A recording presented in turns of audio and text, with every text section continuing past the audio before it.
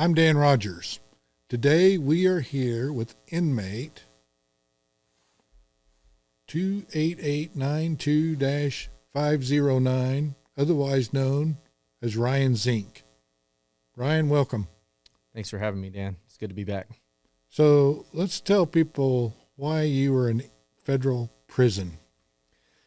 So I was at the Capitol on January 6th as a journalist, working for my father on his congressional campaign. And after never going into the building, protecting police officers on the East Porch, and not damaging anything, not assaulting anybody, I was arrested on February 4th, 2021, between 4:18 and 6 a.m. in the morning, and I was taken into federal custody. I was originally charged in the statement of facts with the murder of a Capitol police officer by the name of Brian Sicknick, who did not die due to any related incidents of January 6th. And I had my charges busted all the way down to 2 misdemeanors, and I went to federal prison for misdemeanors. How many days did you have to go to federal prison? My total incarceration was 82 days. And it's been a journey. I just got out on the 1st of this month, and they got their silence out of me for another 40 plus days, but now we're back at it. So they took you away from your newborn daughter. That's correct.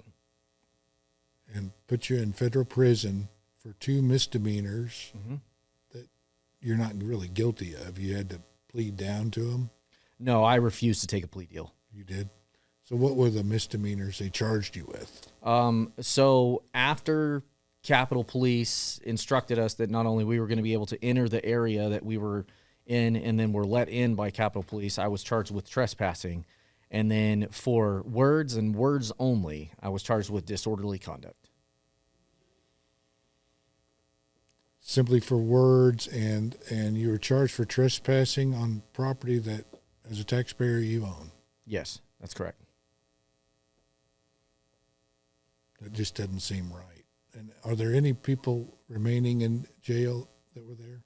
Yes, there are currently new arrests that are going right now. I expect that the Biden DOJ regime is probably going to try to arrest 2,000 before January 20th when Trump takes over. But I know that there's several hundred that are still behind bars, and some of them have been there for the duration of this 4 years, like Jake Lang, a couple of the others. I'm one of the lucky ones when it comes to January 6th about what happened with me, because I was originally convicted, of a felony. So I was looking at when this all first started, it was close to 147 years, probably a life sentence if they had let the murder stuff stick. But when I was actually convicted in D.C., I was convicted of the 1512 C2, which was the 20-year, obstruction of an official proceeding charge that's both illegal and unconstitutional, and was applied with malicious prosecution from not only, the Department of Justice, but the FBI and for all the cronies that were pushing for it.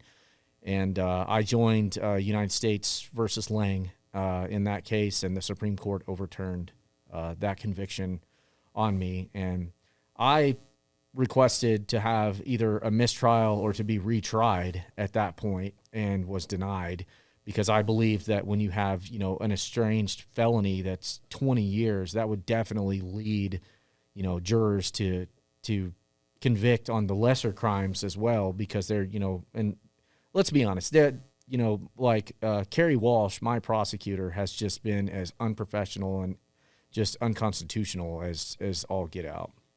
So 22 and a half years. And then the reason that I was sent to prison, like the actual reason that the judge said, so I was, the prosecutor originally asked for 2 years for each misdemeanor to serve consecutively, and then a 1.5 year upward departure on the misdemeanors, because she stated that I had lied on the stand with stuff. Well, they had multiple witnesses lie on the stand, and I now have new video to corroborate that as well. And so because I was never really involved in politics, prior to even on Trump's first term, the only reason that I voted for him was because I just didn't like Hillary. And I was like, what kind of woman stays with a man like that? And, talking about Bill. And, this was my first political event, anything that I'd ever been in. And so they were looking for 5.5 years. And so I wrote a statement, And James Emanuel Boasberg, the Chief Judge of the United States of America, an Obama appointee, he decided that because I would not apologize, that he was going to take the Department of Justice's minimum recommendation of finishing the 90-day sentence.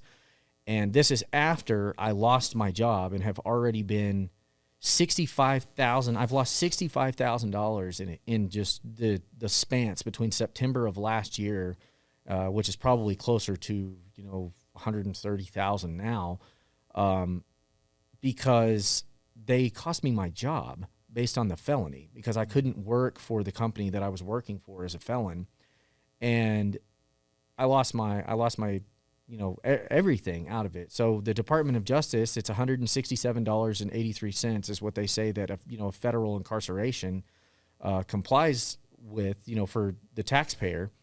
And if you look at it that way, fiscally, I've already served 4.5 years, just from what they had already taken from me. And the judge wasn't willing to hear that, just like he wasn't willing to hear, releasing my discovery. And, then to add insult to injury, my father was running for Congress in Arizona in Congressional District 3, and they transferred me. So they pulled me I was originally supposed to go to Big Spring, Texas, to go to prison there I was originally 51 days, but I only wound up serving 42 because the First Step Act kicked in on my stuff. But they pulled me out of that prison, and the Democrats sent me to Arizona. And the day that I got to prison, they started running articles about how the Arizona taxpayers were paying for the incarceration of a January 6th, defendant who was the son of congressional candidate Jeff Zink. So there was a plan all along, and that's election interference, because even in the orders that were given by Boasberg, it said that I was to reside incarcerated in the closest prison to my house, which is like an hour away. And so they took me 14 hours away from my family, where my wife couldn't visit, where my parents couldn't visit. My dad's running through the election. My mom is 17 hours away. My sister is 18 hours away, from me. So I sat this whole time there with no visitation, no anything other than, the letters from all of the people that are out there, you patriots. I really appreciate the letters that you wrote. And, it just, the complete unconstitutionality of all of this is just infuriatingly insane. And then I remember I stayed up all night listening to my radio for Trump to win. And it was a big celebration for me the next day from all the, the guys that were in the pod over there. And, there were 3 of us that were actual January 6th defendants that were at that facility, and 2 of them still remain. So it's a, bittersweet moment getting out and rejoining my family, just knowing that those guys have still been left behind by this, Gestapo of the FBI and the Department of Justice under, Biden.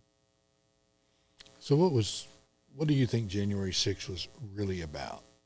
I think January 6th was about the American public's response to the President of the United States saying that communists have come in to steal our elections. And people showed up to voice their concern about that, and from a personal standpoint, when Ted Cruz gave his objection, that's when everything started, and we have all of this stuff that's coming out about these confidential human sources that, went undercover and have been infiltrating the Proud Boys and all of those things. I personally, just based off what I saw that day and the new evidence that's, continuing to compile out, even tonight, Thursday at 9:00, my attorney's going to be addressing the additional undercover confidential human sources that we've discovered in all of the cases. And, the government's willing to admit to 26, but Christopher Wray and Merrick Garland have lied repetitively under oath about whether or not confidential human sources or undercover assets were in the crowd that day with specifics. Well, it takes 6 months to place those assets, so they knew what was going on, and that's the gist of it. I think that there were certain bad actors that went in. I think that people were entrapped. And many like myself, I'm the only person that was convicted from that side of the porch. And it was in relation to my political affiliation. And that's what I think January 6th was about. I think it was a coup to overthrow a sitting president, and that we have the American people have been lied to and misled with acts like the Patriot Act, and getting diving deeper into the investigation of January 6th. You have a committee that was already, set and in place and ready to make up lies. Benny Thompson and Liz Cheney being the heads of those, removing Republicans to, botch those investigations so that they can control a narrative. And then, Obama removing during his term at presidency, he stuffed in a bill that allowed not only the government but the media to lie to the American people with propaganda. And all of this, coming together, it's fraud. And that's what I think happened on January 6th. I think fraud happened on January 6th. And I think the election was not only stolen on the 4th of November, but then it was, perpetrated even further against those who would dare to speak out against the government. Well, yeah, it was certified through January 6th, and I think that was orchestrated by Pelosi. Mm-hmm. And she instituted COVID rules, so only 51 House members could be on the floor at any one time, so they could not do their job to look into the anomalies that were going on in their respective states, mm-hmm. to kick those back to their state legislatures to follow the Constitution to get a clean slate of electors. So that whole thing, they actually stole the election on that day, January 6th. I believe so, too. And that's where the real theft came in, was on January 6th. It was orchestrated, and it created chaos by waving you all in, mm-hmm. to the Capitol, but you didn't go in. I didn't. Right? But a lot of people did, but they didn't really, they were just wandering around, but they created the narrative that y'all were rioting and dismantling the Capitol, mm-hmm. while over here, they're actually certifying a fraudulent election and not following the Constitution. It was a coup on that day, mm-hmm. against the American people. Right. Because it doesn't just stop with January 6th defendants. And I think that that's one of the core principles that we have to examine here is, where does this end? Because with, items like the Patriot Act and the propaganda that's being pushed, I've been labeled as an insurrectionist. I wasn't armed. I wasn't there to overthrow the government. The only thing that I was there to do was protest and to cover the event. Support the president. Right, and to support the president, support my father's campaign. And, it doesn't stop here. And that, and that's what I keep telling people too, is that if you look at the way that the FBI has begun to categorize people, I'm considered a white Christian nationalist because I believe that there is one God. He sent his son down to this earth to die for our sins, and that's Jesus Christ. And that the very laws of this land were based on the law of Abraham and Levitican law. Mm-hmm. And they separate them two selves. One is about acceptance of God and the other one is about living holy. And the founding fathers took that in the 13 original colonies and they made into the Constitution and then into the Bill of Rights. Well, now we have a government that is turning the Constitution against the American people. And if this can happen to me, this can happen to you. And because they're going to start labeling you. We look at, school board meetings and the Gadsden flag and, banks just turning over full, expense accounts and line item transaction purchases of gun owners and all of this stuff that's going on in the background. And then we have 18 agencies, that are coming in and they're criminalizing the American people, to where, you take my case by itself, it's fruit of the rotten tree, because the statement of facts from Michael D. Brown out of the Washington field office states, the actions of Mr. Zink led to violent entry into the United States Capitol, the death of a federal police officer, and the assault of multiple federal police officers. I never did any of that, and I never told anybody to do that, and I never assisted anybody in doing that. In fact, I was doing the opposite. I was telling people, leave them alone, they're just doing their job, they're breaking the law. And for standing up and not bowing down, because I refused to take a plea deal that wanted me to agree that I had gone there at the behest of Donald J. Trump to overthrow the government so that he could remain in power. That's the plea deal that they offered me. And I will never, ever sign that. And I will never apologize for being at January 6th, because we have a right to do so. Now, some of the things that happened that day, I believe that, on the west side, I believe that the United States Capitol Police and the Metro Police instigated that crowd. Nothing happens until they shoot the tear gas canisters in the crowd.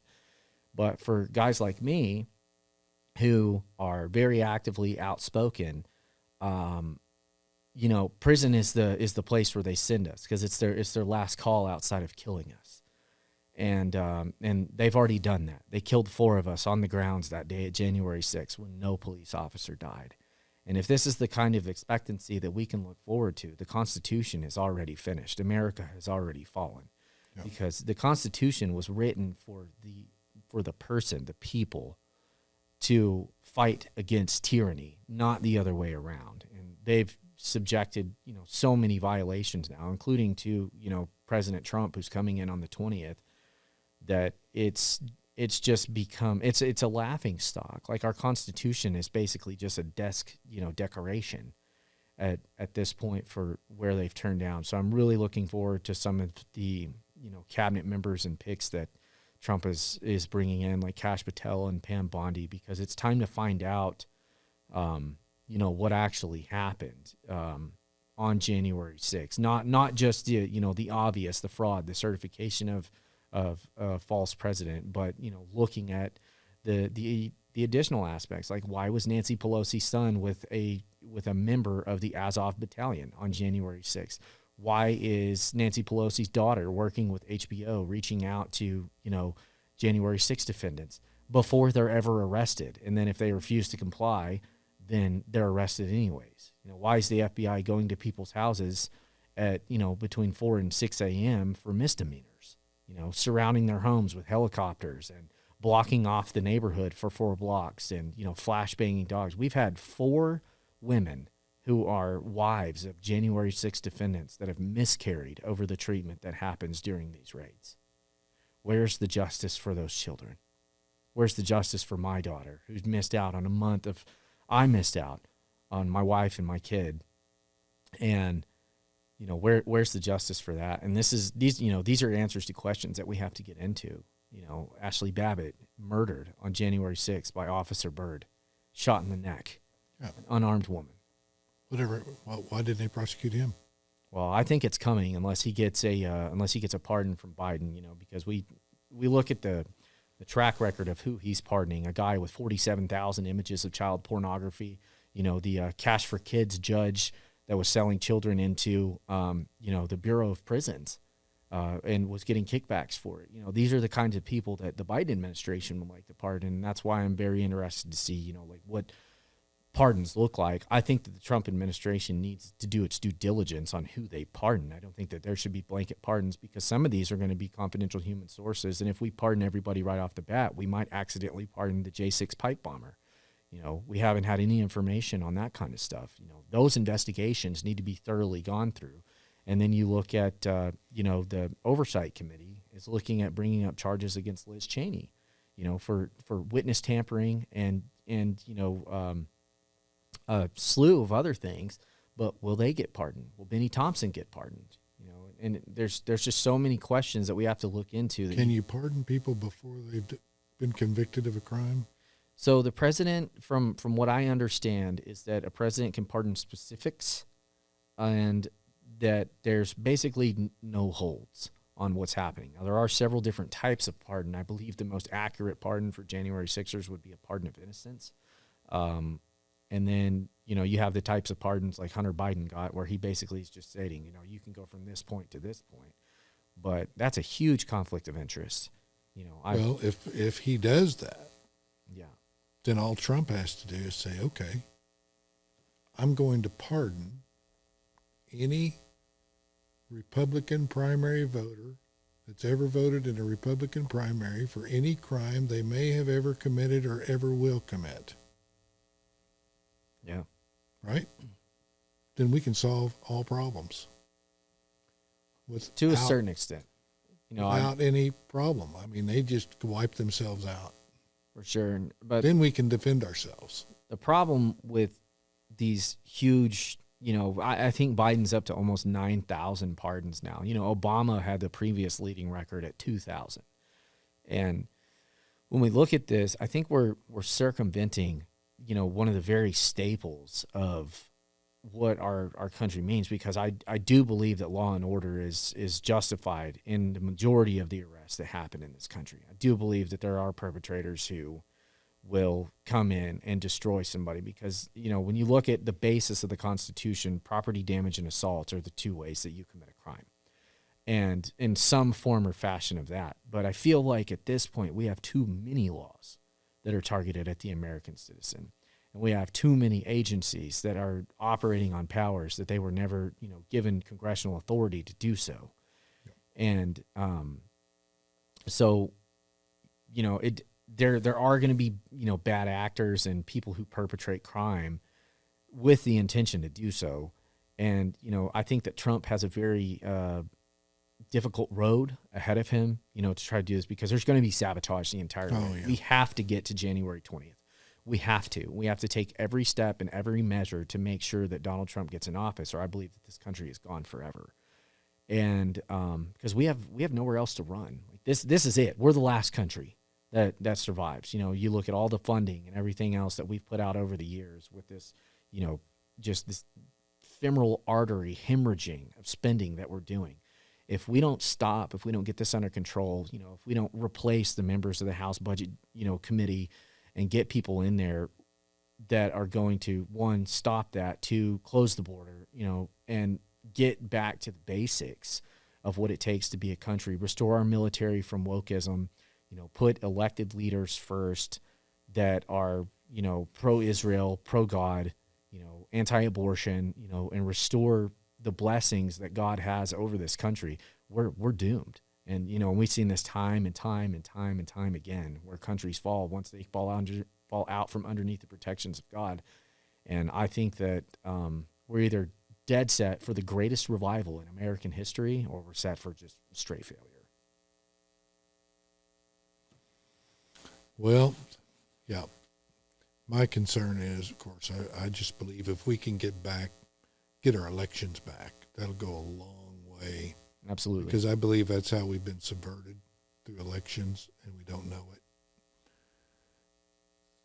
it. And because the numbers still don't make sense.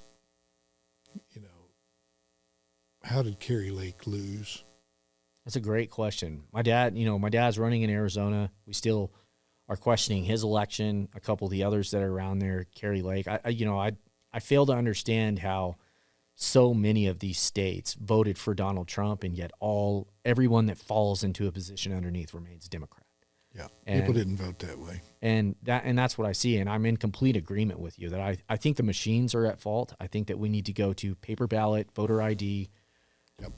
In your precinct on election day, like right. We used to, with no problems. Everything's verified, and it's simple. Yeah, and you have to have a tangible ballot. You can't have electronic anything in voting. And that, that gives us the opportunity to go back and say, hey, is this the way that you voted? No, it's not. Okay, well, let's go look at your ballot. We can create batches. We can hire the people. Most of the people, I think, if they were going to get involved with volunteering for the counts and stuff like that, that's what we have background checks for.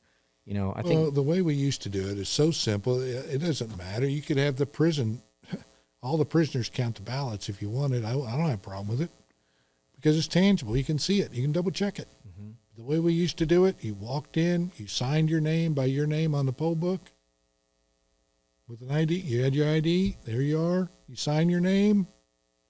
You filled out a paper ballot. You dropped it in a box. You went home. Yep. Then we scanned it. We had the results. Boom. But then by 9 o'clock on election night, the whole state had all their results. Then we had 21 days to verify. That means we had to go in as a party, both parties, and we had to pick 20% of our precincts in the county, and so we threw the precinct numbers in a hat, and then we threw the races in a hat, and we drew, okay, you check this one, you check that one. We checked them, made sure they matched what the scanner said. That's called the canvas. We signed off. We knew it was right. Everybody was happy, and everybody had confidence in that system. Right. And it took very little effort, but both parties were needed. So that was that helped build the parties, which I think we need two strong parties, Democrat and Republican, and then you don't get taken over like the Democratic Party has been by the far left. The Marxists they're worse than the communists. They're almost fascist. Yep. And which is basically very similar. Fascist, you still get to own private property. It's more of an oligarchy. The big businesses own everything, which is where we're headed. Yep. They want to get rid of small business and just make big business. But we did win a case against the CTA. So small businesses under $5 million do not have to report now to the federal government, which is huge. But we're working on some suits against these machines that I think we made a big difference in the election because they knew we were watching. And so we've got suits filed in 9 different states, and we're fixing to file more. So we're going to try to get this resolved at the federal level. But really, we need to do it at the county level. The people need to get hold of their county commissioners and tell them they don't want this county-wide voting and electronic machines. It's very simple to do. A lot of counties do it the right way. We don't have to use them. That's right. So we can do that. We can do it in Lubbock County, Knockley County, and every county. So I think it's necessary too. It's transparency, ultimately. Confidence back in elections. Why don't people just want it simple and right? Right. That's how we get our country back. We do the simple things that work. That means show up at your county commissioners meeting, your school board meeting, your city council meeting. And if you show up, the good people that run for these positions will start doing their job. But they don't do it because we're not there, because they're being misinformed by the special interest who come to their meetings and give them a dog and pony show, and nobody's there to ask the other side, right? Nobody's asking questions and representing the people. But I think all it takes is a few people to show up, and we can transform everything. So we just need, you have 254 counties in Texas. If you had 254 people, one in each county, start showing up at their commissioners' meetings, you'll have a big effect. If you have 2, it'll be profound. If you have 3 in each, under 1,000 people, you can transform Texas. Sure. And we can stop it from becoming California, which it's headed that way very rapidly right now, through the property tax and insurance lobbies that are taking over our state and destroying our economy. Yeah.